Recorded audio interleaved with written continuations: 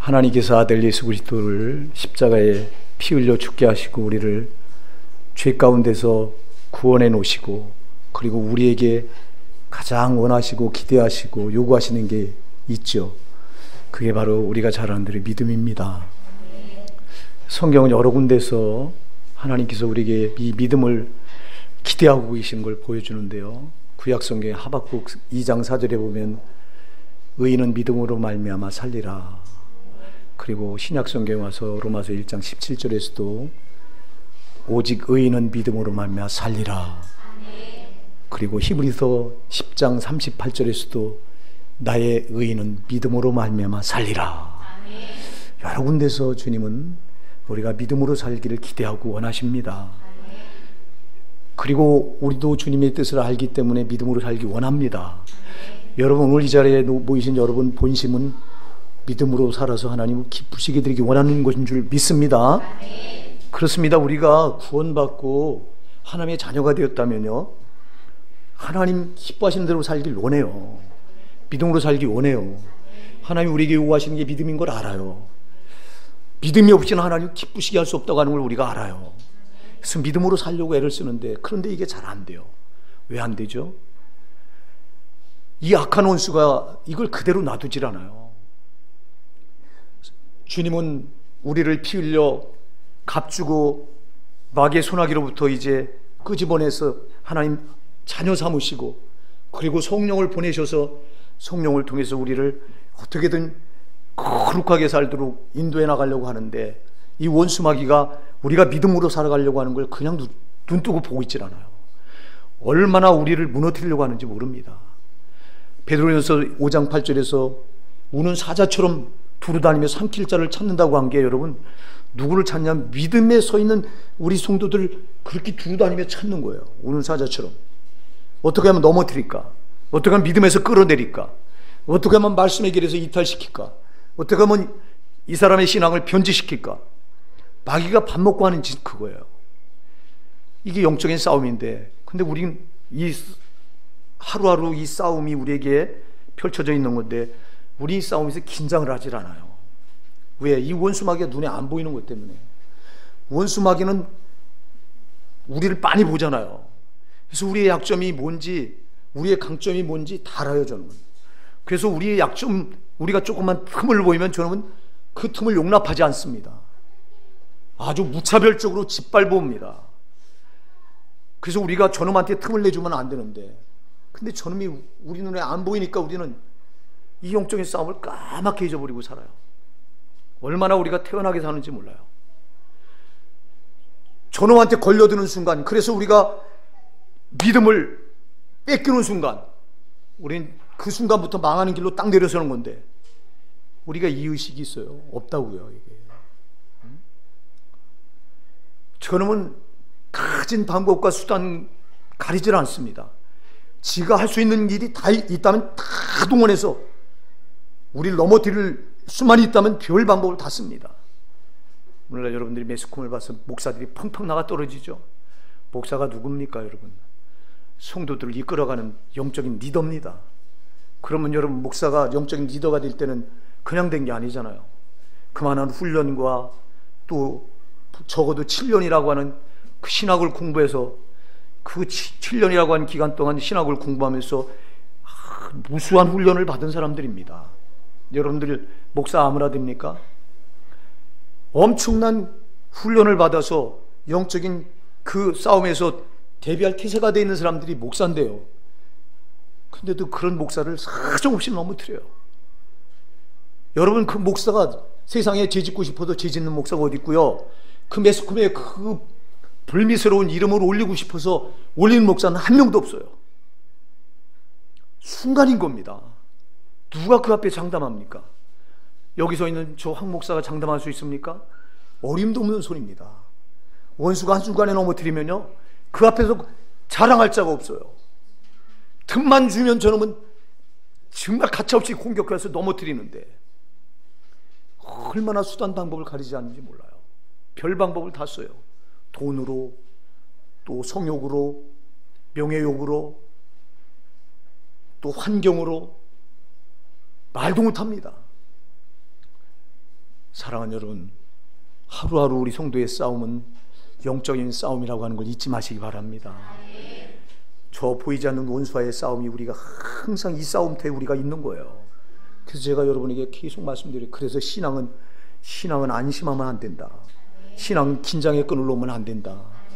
근데 오늘날 얼마나 많이 여러분 긴장의 끈을 놓고 평안, 기쁨, 샬롬 이런 걸 말하면서 그저 평안하게 하루하루 내 주어진 삶에서 그저 그냥 안락하게 하루하루 즐기는 것으로 신앙을 그렇게 말하고 있어요. 그게 아니에요, 여러분. 우리가 성도는 이 땅에서 즐기려고 있는 사람들이 아니에요. 아멘 하세요. 성도는 이 땅에서 즐기려고 있는 사람들이 아니라니까. 우리는 잠시 잠깐을 희생해서 저 영원한 영혼의 때, 그때를 바라보고 사는 사람들인 거예요. 우리가 잘 돼야 되는 것은 저 영혼의 때, 저 영원한 세계에 가서 잘 돼야 되는 거예요. 그러기에 우리는 이 땅에서 즐기는 게 아니라 이 땅에서 희생해야 되는 거예요. 근데 이거를 거꾸로 가르쳐요. 그래서 이 땅에서 평안을 누려야 되고 이 땅에서 잘 돼야 되고, 그러니 성도들의 눈이 마음이 다 땅에 있어요. 세상 것에 있어요. 저는 여러분에게 그렇게 제가 말씀으로 돌아와서 제가 교리를 가지고 여러분을 가르칠 땐 그랬어요. 저도요. 교리를 가지고 여러분들에게 설교할 때는 여러분 어떻게 하면 여러분 심신을 평안하게 하고, 얼마나 여러분 세상에서 고달픈 삶을 살다가 주일날 교회를 나옵니까? 세상 나가서 여러분들이 치열하게 싸우다 오신 거 아니에요? 그러면 이 하루만이라도 이 교회에 와서 이들에게 위로가 되는 메시지를 줘야 되겠고, 그러니까 죄라고 하는 문제는 건들지도 말아야 되고. 왜? 죄라고 하는 문제를 건들면 또 마음의 상처가 덧나거든요. 그래서 설교할 때마다 죄를 빼버리고, 그래서 평안을 말해야 되고 기쁨을 말해야 되고 위로를 말해야 되고 이랬어요. 근데 제가 말씀을 깨닫고 보니까 그게 아니더라고. 이 땅에서 그렇게 받은 거는 하늘에 가서 받을 게 없더라고. 아멘입니다. 기억하십시오. 사랑하는 여러분, 이 땅에서 여러분들이 누렸다면 하늘나라 가서 누릴 게 없어. 받을 게 없어. 이 땅에서 여러분들이 힘들고 주를 위해 받은 고난이 있다면 저 하늘나라 가서 보상받아요. 사랑하는 여러분, 여러분들이 살아가는 이 믿음의 싸움터는요, 치열한 전쟁터다. 잊지 마시기 바랍니다. 저놈은 우리가 믿음으로 살아가는 걸 눈뜨고 못 보는 놈이 마귀예요. 예? 저놈은 우리를 어떻게든지 그 믿음에서 끌어내리려고 하는 놈이 저놈이에요. 그래서 말씀의 길에서 이탈시키고 주님 뜻대로 살지 못하도록 가로막고, 또 신앙을 거룩하게 변화되어야 되는데 변화되는 게 아니라 변질시켜버리고, 처음 믿을 때 뜨거웠던 신앙을 이제 꺼트려서 아주 이 마음 뜨거웠던 가슴을 차갑게 만들어 놓고 돌짝밭을 만들어 놓고, 이게 다 하나같이 마귀가 하는 짓이에요. 오늘 여기에 걸려들어서 여러분 얼마나 많은 신자들이 그냥 사장돼 가는지 몰라요. 믿음을 잃어버리고 그냥 쓰러져 가는지 몰라요. 우리 호산나 사랑하는 성도 여러분, 여러분만큼 그러지 맙시다. 오늘 저놈이요, 주원수가 가장 많이 써먹는 방법이 있어요. 그게 뭐냐면 상황윤리예요. 상황윤리가 뭔지 아세요? 상황윤리는요, 주 원수마귀가 우리 성도 앞에다가 신앙을 지키지 못할 그런 환경과 상황을 탁 깔아놔요. 우리 앞에다 그걸 던져놔요. 보세요. 우리가 신앙을 평상시 때는요, 그 신앙이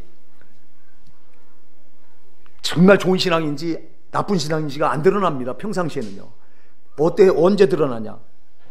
주로 이게 드러날 때는 어떤 상황이 딱 닥칠 때예요. 특히 우리에게 어려운 상황이 닥칠 때예요.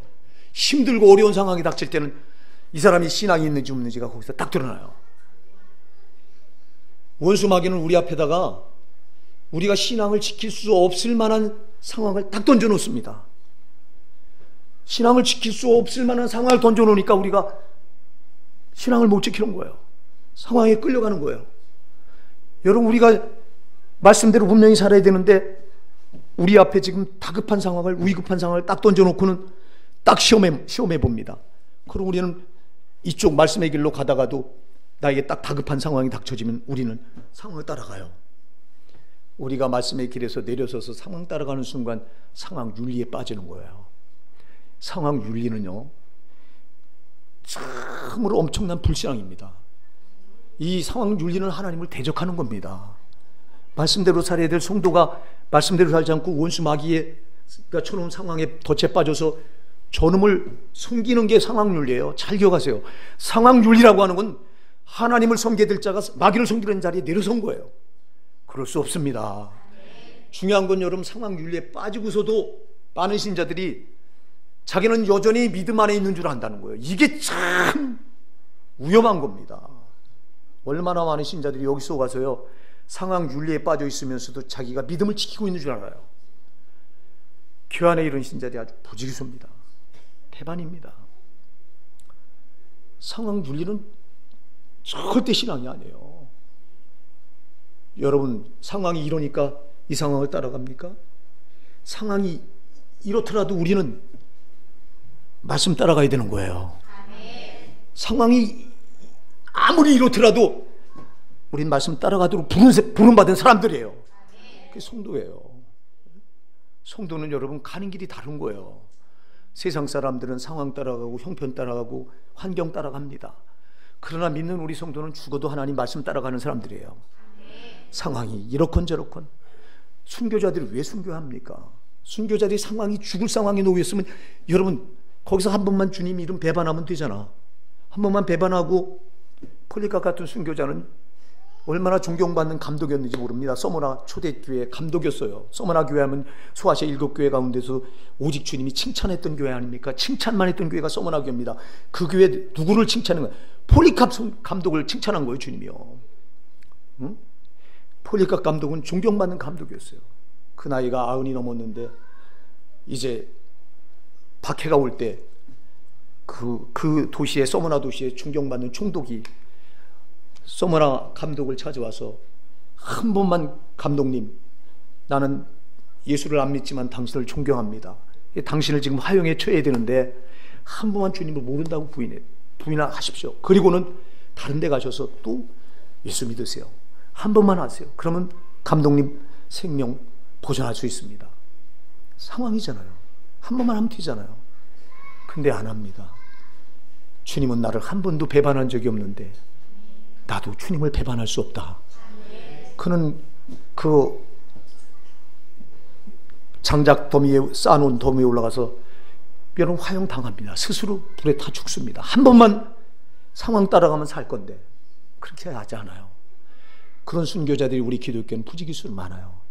오늘날 여러분 우리가 이렇게 안심하고 안전하고 평안하게 예수를 믿을 수 있었던 건 바로 그런 순교자들의 피가 있기 때문에 우리가 오늘 이렇게 안전하게 믿는 거예요. 여러분 우리가 전부 다 편하게 예수 믿는다면 우리 후대에 누가 이 복음, 누가 편질되지 않은 신앙을 누가 물려주겠어요? 사랑하는 여러분, 생명을 주님께 맡길 수 있는, 상황 따라가지 않고 말씀 따라서 상황이 아무리 위급하고 다급할지라도 말씀 따라 살아갈 수 있는 이런 신앙인들이 있을 때 복음은 변질되지 않고 후손 대대로 전승될 수 있는 거예요. 우리가 오늘 그냥 예수 믿는 줄 아세요? 상황 따라가지 않았고 철저히 하나님 말씀 따라 살았던 우리의 믿음의 선진들이 있었기 때문에 오늘 우리가 이렇게 평안하게 예수를 믿어요. 복음을 우리 대에서 끝내시렵니까? 그럴 수 없습니다. 가슴 아픈 게 지금 복음이 우리 대에서 끊어지려고 해요. 지금 우리 한국교회 위기예요. 복음이 지금 젊은이들한테, 2세대한테 지금 넘어가는 통로가 끊어져 가고 있어요. 무서운 속도로 지금 기독교 인구가 감소돼 가고 있어요. 이게 왜 그래요? 전부 상황 윤리에 빠져서 그래요. 전부 상황 따라서 쉽고 편하게 말씀 따라가지 않고 내 방법, 내 생각대로 믿다 보니까 신앙이 변질돼요. 변질된 신앙을 보면요, 이건 불신자들도 알아요. 여러분, 세상에 하나님을 모르는 사람들도요, 기독교 신앙이 변질된 건 알아요. 그러니 뭘 보고 배워요? 교회 가서 볼 게 없다는 거예요. 배울 게 없다는 거예요. 본받을 게 없다는 겁니다. 그러니까 젊은이들이 교회 안 들어옵니다. 세상으로 돌아갑니다. 여러분, 이 시대의 교회들이 주를 위해서 죽기로 결단하고 오직 말씀 붙들고 믿음으로 살려고 하는 이런 노력들이 교회들에게 있었다면 오늘 이런 일이 벌어졌겠습니까? 아니요, 안 벌어져요. 여러분, 우리 정신 차려야 됩니다. 그런 면에서 오늘 본문에 나오는 다윗은 정말 탁월했던 인물입니다. 보세요. 이 다윗이 처해 있는 상황을 우리가 너무도 잘 아는 상황이죠. 사울왕이 다윗을 죽이기 위해 혈안이 되어 있는 상황입니다. 하나님께서 사무엘 선지자를 통해서 사울왕에게 말씀하십니다. 내가 그를 버렸다. 내가 그를 이스라엘 왕에서 내가 초대왕으로 세웠지만 그를 버렸다. 사무엘아, 너는 이세 아들 중에 내가 지명하는 자를 가서 이제 머리에 기름을 붓고 왕으로 세워라. 그래서 사무엘 선지자가 하나님 명을 받아서 이세 아들들 가운데 말째인 다윗의 머리에다가 기름을 붓고 이제 이자가 장차 이스라엘의 왕이 될 것이다. 이제 그 증표로 머리에 기름을 붓습니다. 이때부터 사울왕이 다윗을 제거하기 위해서 혈안이 된 날때입니다. 사울은 안 거예요. 자기를 버렸다고 사무엘 선지자가 말할 때부터 자기 후계자로 다윗을 세운 걸 알고 다윗만 제거하면 자기 왕국이 영원히 세워지리라고 인본적인 수단을 가지고 이제 사울왕은 다윗을 제거하는데 전심전력을 다합니다. 오늘 본문도요, 사울이 쫓기다가 도망친 곳이 엔게디라고 하는 광야입니다. 엔게디 광야. 그런데 지금 사울은 군대를 이끌고 블레셋과 전투를 하다 말고 그 소식을 듣습니다. 당신이 그렇게 찾던 다윗이 엔게디 광야에 지금 숨어들었습니다. 이 첩보를 받은 사울왕이 블레셋과 싸우도 말고 군사 3,000명을 이끌고 다윗을 죽이려고 지금 엔게디 광야로 쫓아온 거예요. 그리고 엔게디 광야에 와서 이제 다윗을 수색하다가 큰 어떤 동굴에 용변이 마려워서 용변을 보러 들어온 겁니다. 환한 대낮 같은 밝은 세상에 있다가 깜깜한 동굴 안에 들어오면 동굴 속은 전혀 못 보죠. 그런데 그 속에 다윗이 수하들과 함께 600명의 수하들과 함께 숨어 있었던 거예요. 그러니까 엄청난 큰 동굴이죠. 600명의 수하들과 함께 다윗이 숨어 있을 정도로 큰 동굴이면 엄청난 큰 동굴인 걸 알 수 있습니다. 인게디 동굴은요. 근데 그 동굴에 용변을 보러 사울왕이 들어왔을 때 다윗의 수하들이 말합니다. 다윗에게, 주군이시여, 다윗이여, 지금 사울왕을 죽일 수 있는 이 기회, 하나님이 주신 기회입니다. 두 번 다시 없는 기회입니다. 지금 하나님 주신 기회를 놓치면 안 됩니다. 바로 그날이 오늘입니다. 그랬을 때 다윗이 어떻게 합니까? 죽입니까, 사울을? 아니요, 죽이질 않아요. 일어나서 가만히 가가지고 용변 보는 다윗의 옷자락을 칼로 살짝 몰래 펴냅니다. 보십시오, 여러분. 지금 여기 다윗의 수하들은 똑같은 상황에서 이걸 하나님이 주신 기회로 보는데 다윗은 이걸 하나님이 주신 기회로 보질 않아요. 오히려 이걸 시험의 때로 봐요. 보세요, 똑같은 상황에서 보는 눈이 달라. 사랑하는 여러분, 보는 눈이 다르시기 바랍니다. 똑같은 상황에서도 뭘 보느냐? 달라야 됩니다. 그래서 오늘 우리가 이 다윗의 신앙을 가리켜서 지금 남다른 다윗의 신앙이라고 하는 주제로 우리가 오늘 본문을 살펴보는데요. 다윗은 남달랐어요. 보는 눈이 남달랐어요. 똑같은 상황인데 다윗의 수하들은 이걸 지금 기회라는 거예요. 하나님이 주신 두 번 다시 없는 기회라는 거예요. 그런데 다윗은 이걸 기회가 아니라 시험의 때로 보는 거예요. 시험의 때로. 여기서 다윗은 사울왕을 죽이면 시험에 걸려든다고 하는 걸 알아요. 죽이지 않고 그래서 가만히 옷자락만 베네요. 여러분, 어떻게 해서 이렇게 똑같은 상황에서 보는 눈이 달랐을까요? 여러분, 잘 기억하십시오. 다윗의 수하들은 자기 입장에서 상황을 본 거예요. 자기 입장에서 상황을 보니까 하나님이 주신 두 번 다시 없는 기회가 되는 거예요, 이게. 근데 다윗은 똑같은 상황을 자기 입장에서 보질 않아요. 하나님 입장에서 봤어요. 하나님 입장에서 보니까 사울이 누구예요? 사울이 하나님 입장에서 보니까 하나님이 친히 선택하시고 그 머리에 기름 부어서 이스라엘의 초대왕, 첫 번째 왕으로 세운 인물이에요. 하나님이 친히 그를 선택해서 기름 부어 세우셨으니 하나님이 기름 부은 자를 내가 인간이 건들 수 없다는 거예요. 할렐루야! 보세요. 그러니까 죽이질 않는 거예요. 만일 내 입장에서 봤다면 보세요. 다윗은 지금 정말 화급을 다투는 상황 아닙니까? 다윗은 사망이 한 발짝 뒤에서 나를 쫓아온다고 그렇게 고백할 정도로 여러분 그렇게 이 사울 왕에게 쫓겨다니는 상황은 다급한 상황입니다. 정말 언제 죽을지 모르는 상황입니다. 이 상황을 다윗이 내 입장에서 봤더라면요 100번 1000번 사울은 죽여야 돼요. 왜? 죽여야 다시는 자기가 그런 위험에 놓이질 않아요. 죽여야 이미 오래전에 사무엘 선지자를 통해서 하나님께서 자기 머리에 기름을 부어서 네가 왕이 될 것이다 그 예언이 이루어져요. 사울이 죽어야 이 예언이 이루어지잖아요. 그러면 내 입장에서 보면 100번 사울을 죽여야 됩니다. 근데 다윗은 철저하게 하나님 입장에서 상황을 봐요. 여러분 이게 우리가 배워야 될 눈입니다. 사랑하는 여러분, 우리가 옛날에는 예수를 몰랐을 때는요 내 중심으로 살던 사람들이에요. 그래서 뭘 봐도 다 내가 우선이에요. 내가 내 중심, 내 입장에서 생각하고 내 입장에서 말하고 내 입장에서 생각하는 거, 이게 우리가 습관화된 사람들이에요. 그래서 여러분 다 내 중심이에요. 모든 게 다 내 중심이에요. 우리가 예수 모르면 그렇게 될 수밖에 없어요. 죄로 타락해서 부패 있는 인간들은 다 내가 중심이 된 거예요.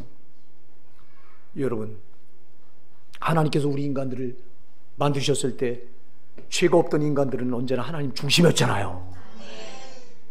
여러분, 하나님 중심으로 살던 거예요. 이게 워낙 우리 인간의 최초의 모습이에요. 근데 원수 마귀가 죄로 타락시켜서 네가 이 선악과를 따먹는 데는 내 눈이 밝아져서 네가 하나님같이 되리라. 보세요. 하나님 중심에서 네가 하나님이다. 내 중심으로 살라는 거예요. 이때부터 선악과를 따먹은 이때부터 인간들은 내 중심으로 삽니다. 그전에는 하나님 중심이었어요. 왜? 하나님이 창조주요, 나는 하나님 만드신 그의 소유물이요. 그래서 하나님을 찬양하며 하나님 중심으로 살던 인간이 이 원수마귀가 선악과를 따먹으라고 시키면서 네가 선악과를 따먹는 네가 내 눈이 밝아지 네가 하나님같이 되리라. 이제 네가 내 중심으로 살아라. 이때부터 인간들은 내 중심으로 살기 시작한 거예요. 그래서 무엇을 봐도 내 입장에서 보고, 뭘 생각해도 내 입장에서 생각하고, 뭘 행동해도 내 입장에서 행동하고, 다 이렇게 에고이스트, 이기주의자들이 된 거예요. 그런데 여러분, 우리가 예수 그리스도를 통해서 이제 거듭났어요. 여러분, 거듭나고 보니까 이제는 내 중심으로 사는 게 아니라 이제는 하나님 중심으로 살아야 되는 거, 이게 회복된 사람들이 성도예요. 여러분이 뭘 봐도 이제는 하나님 입장에서 보십니까? 하나님 입장에서 생각하십니까? 하나님 입장에서 말하십니까? 하나님 입장에서 행동하십니까? 그렇게 사셔야 돼요. 그렇게 살라고 우리를 구원해 놓으신 거예요. 근데 여러분, 우리가 예수 믿는다고 말하면서도 여전히 내 입장에서 보고, 내 입장에서 생각하고, 내 입장에서 말하고, 내 입장에서 행동하고, 그러니 얼마나 많은 사람들에게 상처를 주고 앉아 있습니까?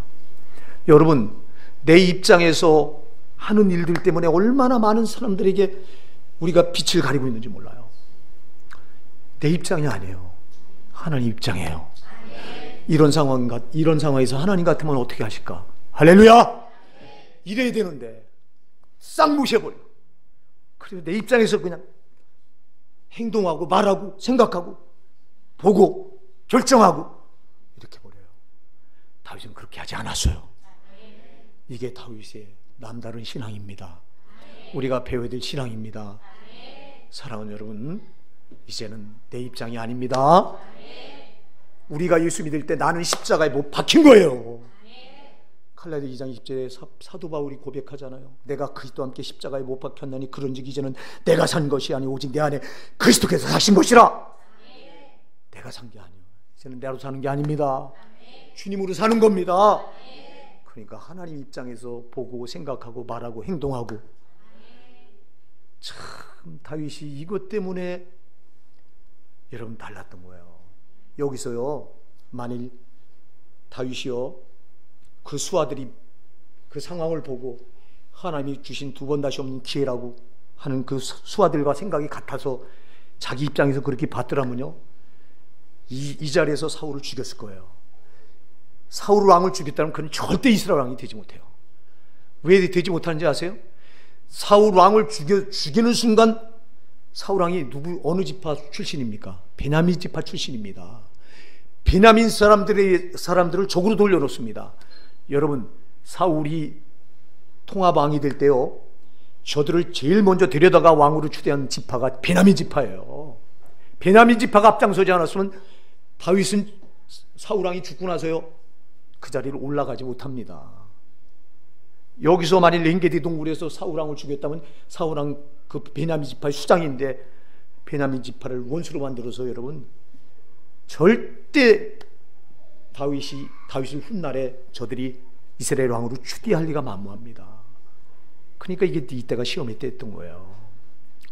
여러분, 아무리 다급하고 힘들어도 사랑하는 여러분, 하나님의 뜻이 아닌 길은 가지 말아야 돼요. 절대 상황 따라가면 안 됩니다. 제발 내 입장에서 상황을 보지 마시기 바랍니다. 하나님 같으면 어떻게 할까? 하나님이 보실 때는 어떨까? 하나님 눈으로 보니까 아니잖아. 하나님 눈으로 보니까 하나님이 친히 선택해서 기름 부어 세우신 하나님의 사람이에요. 하나님밖에 손 못 대요. 사랑하는 여러분, 이거 오늘 우리가 배웁시다. 철저히 배워야 되는 거예요.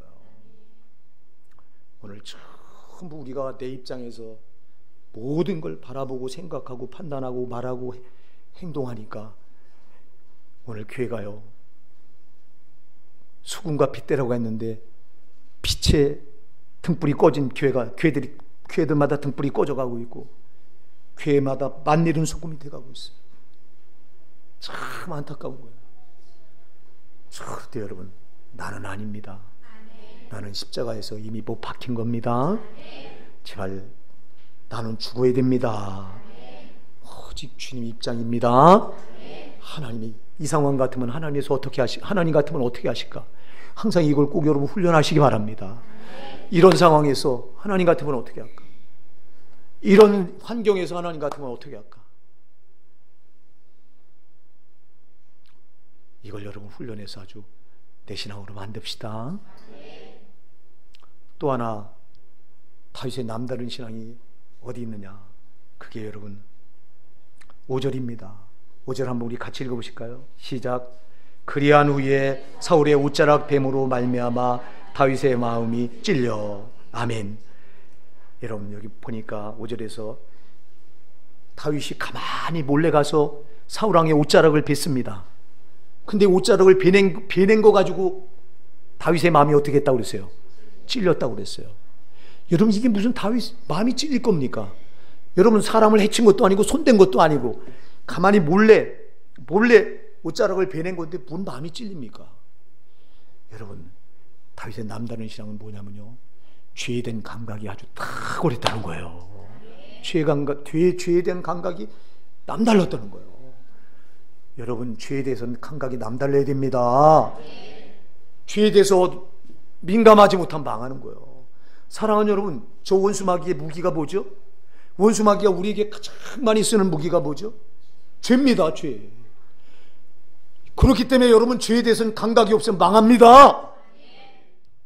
근데 오늘날 신자들을 얼마나 많이 죄에 대한 감각이 없는지 몰라요. 참으로 죄를 밥 먹든 먹고 떡 먹든 집어 먹으면서도 죄인 줄을 몰라요. 세상에 여러분들이 얼마 전에 신문을 보셨죠? 저는 동아일보 신문을 보고서 참 가슴을 얼마나 치고 오열했는지 몰라요. 왜 저 같은 목사들이 그 짓을 했습니까? 세상에 어쩌자고 자기 자식을 그렇게 모질게 때려서 죽여놓고도 11달 동안을 가책도 없이 목사가 어쩌자고. 여러분, 그게 얼마나 무지무지한 죄입니까 이게? 여러분, 목사가 지을 죄입니까? 아니, 우리 예수 믿는 성도가 지을 죄입니까? 어느 성도가 자기 자식을 그렇게 때려서 죽여서 11달 동안을 여러분 그렇게, 그러도 뻔뻔하게 신학교 나가서 강의를 하고 뻔뻔하게 성도들 앞에서 서서 설교를 하고, 이게 무슨 일입니까 이게? 도대체 그에 대한 죄에 대한 감각은 뭡니까 여러분? 얼마나 죄에 대해서 그가 감각이 죽어 있습니까? 그 사람의 문제라고 여러분 돌려버리시겠습니까? 오늘 저와 여러분의 문제일 수 있다 이 말입니다. 사랑하는 여러분, 그 목사가 처음부터 그렇겠습니까? 아니요. 처음부터 그런 사람은 아무도 없어요. 우리가 예수 믿고 나서요, 예수 믿고 나서 우리는 성령을 받는 순간부터는요, 정말 말씀대로 살려고 애쓰고요, 뜨거운 가슴 부여잡고 주님 뜻대로 살려고 우리가 무던히 애를 씁니다.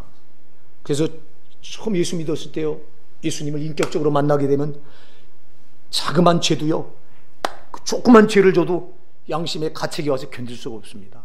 그래서 처음에 예수 믿는 사람들 특징은요, 조그만 죄를 져도요, 그 죄에 대한 그 가책 때문에요, 하나님 앞에 나와 성전에 찾아 나와서 하나님 앞에 막 잘못됐다고 회개해 기도합니다. 그렇게 회개할 때 하나님 그 용서해 주세요. 그래서 처음엔 막 이렇게 합니다. 근데 여러분, 이 죄를 그 원수 마귀가 그냥 있습니까? 계속해서 우리 마음에다가 불화살을 쏴대잖아요. 디모데 4장 2절에 보니까 이 원수 마귀가 불화살을 쏴대면, 화살을, 죄라고 하는 불화살을 계속 맞다 보면 양심이 마비가 된다. 이게 양심의 화인을 맞는다 그랬어요. 마귀가 불도장을 꽝 찍어 놓으면 이때부터는 죄를 쏴도요, 죄인 줄 몰라요. 그 목사도 처음에는 얼마나 여러분, 처음에 예수 믿었을 때 그런 감각이 있었을 거예요. 죄에 대한 감각이 남달랐을 거예요. 목사니까 특히 더. 그래서 정말 어떻게 하면 죄를 안 질까 처음에는 그 죄와 엄청 싸웠을 거예요. 근데 이게 원수가 계속 쏴대는 이 죄의 불화살을 맞다 보니까 점점점 마비돼 가는 거예요. 그리고 나중에는 양심이 화인 맞아서 그 엄청난 죄를 줬는데도 도무지 가책이 안 오는 거예요. 이게 그 목사의 얘기가 아니라 저와 여러분이 문제일 수 있다 이 말입니다.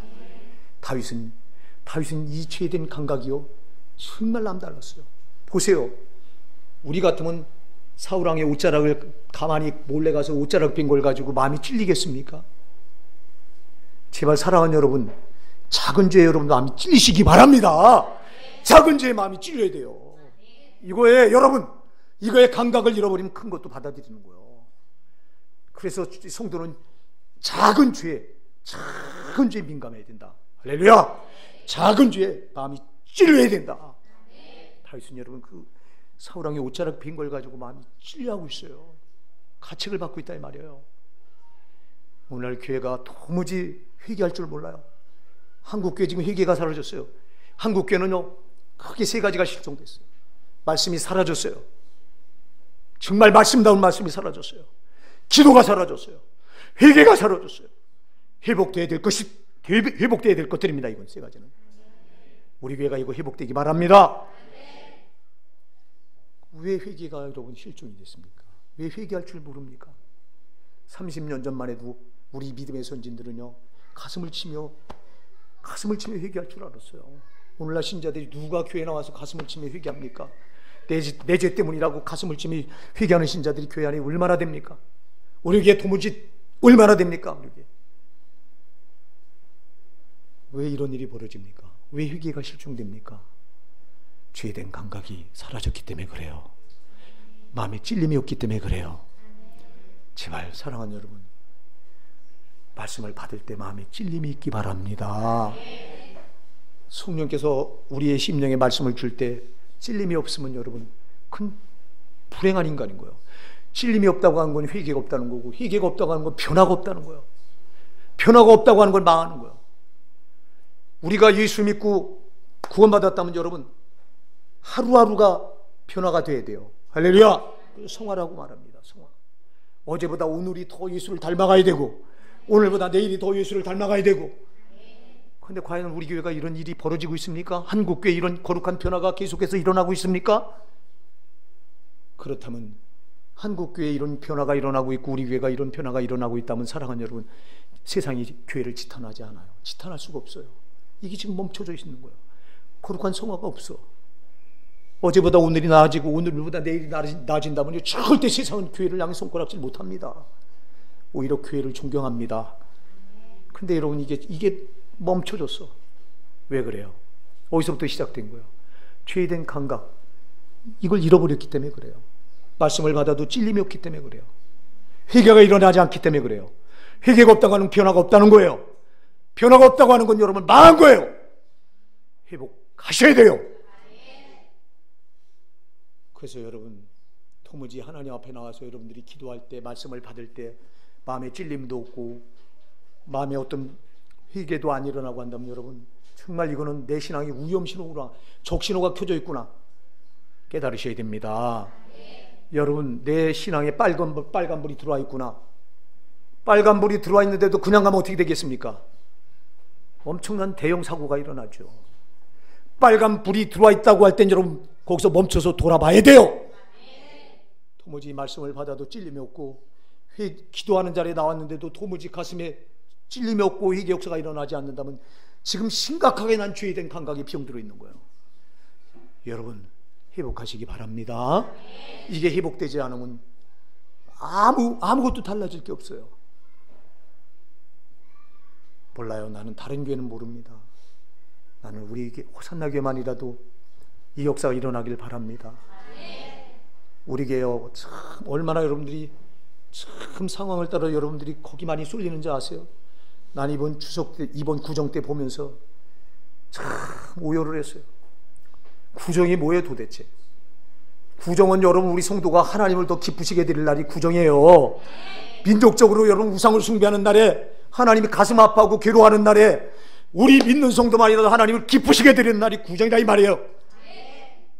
그래서 연세중앙교회 같은 때는 이 구정 추석 때는 집회를 해요. 그런데 그 집회하는 현장에 엄청난 인원들이 모여들어요, 살고자. 그런데 우리 교회 성도들은 구정이라고 세상에 거기 치우쳐서 하나님 기쁘시게 하는 게 아니라 마귀 새끼를 기뻐하는 자리에 내려서 있으면서도 알지 못하고 예배 자리 텅텅 비고 기도 자리 텅텅 비고. 그럼 여러분의 목사는 얼마나 하나님 앞에 가슴을 쳤겠냐고. 여러분이 목사가 돼봐야 알지. 예? 그게 뭐예요? 그게 상황윤리 따라간 거 아니냐 이 말이야. 상황윤리에 빠진 거 아니냐 이 말이야. 상황 따라간 거 아니냐 이 말이야. 회개합시다. 여러분, 아니라고 말하지 마세요. 이 자리에 상황윤리에 안 들었다고 말할 수 있는 사람이 몇 사람이나 있냐 말이에요. 상황윤리는 망합니다. 신앙이 아닙니다. 그건 하나님을 대적하는 아주 불신앙 중에도 불신앙입니다. 오늘 내가 상황윤리에 빠져 있다면 여러분 빨리 빠져나와야 됩니다. 여러분, 두 가지 꼭 기억하시기 바랍니다. 상황을 볼 때 혼자는 내 입장이 아닙니다. 하나님 같으시면 어떨까? 하나님 이 상황에서 어떻게 하실까? 하나님 같으면. 또 여러분, 작은 죄라도 여러분 용납하지 마십시오. 여러분, 죄에 대한 언제나 찔림이 있으셔야 됩니다. 죄에 대한 감각을 잃어버리면 망합니다. 제발 오늘 이 말씀을 한 귀로 듣고 한 귀로 흘리지 마시고요. 제발 나에게 하나님 주신 생명으로 받으셔서 내가 지금 상황윤리에 빠져 있다면 빨리 빠져나오십시오. 상황이 이렇다고 거기에 따라가면 신앙이 아닌 거예요. 상황이 이래도 하나님 이렇게 말씀하셨으니까 이 길로 가야 된다 이 말이에요. 이게 신앙이라 이 말입니다. 이걸 하나님 보신다 이 말입니다. 전부 이 길로 가잖아.